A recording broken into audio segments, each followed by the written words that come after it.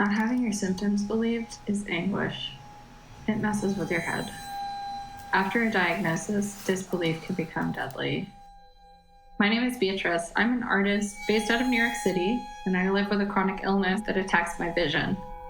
My disease is rare, which puts me in a situation of having to advocate the parts of the system that what I have is possible, and the disbelief comes even from some doctors.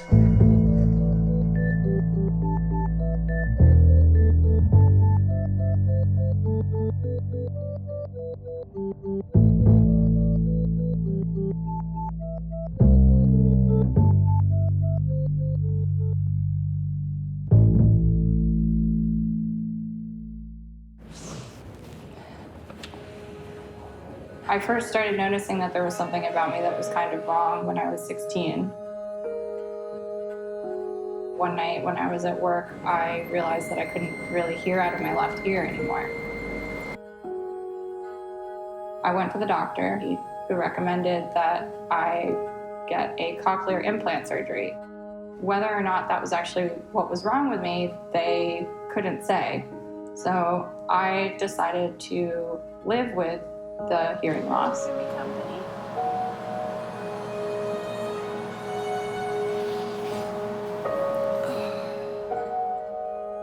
When I was 18, I moved to New York to study fine arts at the CRION.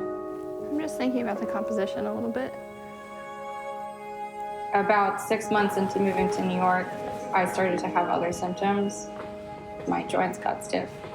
My fingers had lesions all over them. I went to the emergency room. They diagnosed me with MRSA and gave me antibiotics and sent me home. Later, I found out that there's actually a test for MRSA, which they didn't do. 100 mils left.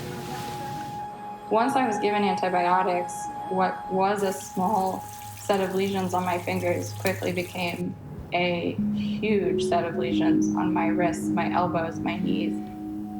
Like a little extra resin. That's when I knew that there was actually something probably very wrong. I went to go see another doctor. He put me on oral steroids, and my lesions quickly disappeared. And within 5 days of being off steroids, they came back. Now I have to make several phone calls to different doctors to tell them what's going on. From there, I saw a series of well-meaning but incompetent doctors. I saw a series of cruel doctors who did not believe women could feel pain. One doctor thought I had HIV.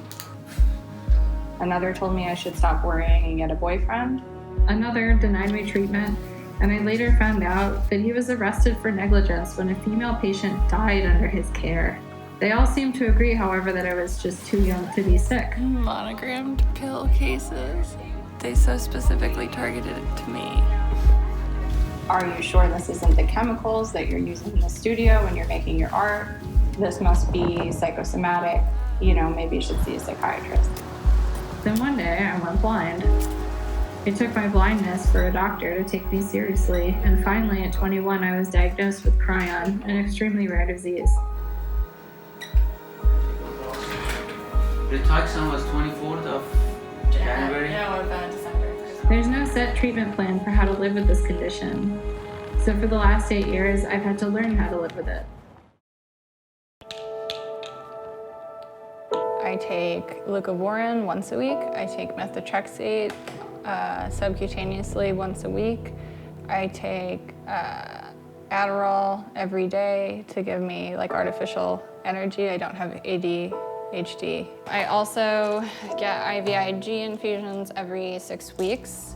I get Rituxan infusions every 6 months, and after Rituxan, I take this one, Banifin and famotidine. This is chemotherapy. This is sulfameth. This box is one of the most important medications that I'm on. It is the only migraine medication that works and that doesn't give me seizures. It's like I have a very expensive, inefficient car that I pour a bunch of money into and I don't get much back from. Having a chronic illness means that every time you have to recertify a medication, every time you're going in for a procedure, every time you're in the emergency room, You're aware of the fact that you're having to prove yourself. In the denial, did they send you any other infusion centers that they would cover? Continuing to get the meds that I need depends on me being believed. If my boyfriend goes with me to the hospital, I have a better chance of being taken seriously. I'm disabled now. The government says so. Since my diagnosis, I've lost my vision 72 times, and the stakes only get higher and higher. I'm terrified of not being believed. It is that fear, above all others, that keeps me up at night. May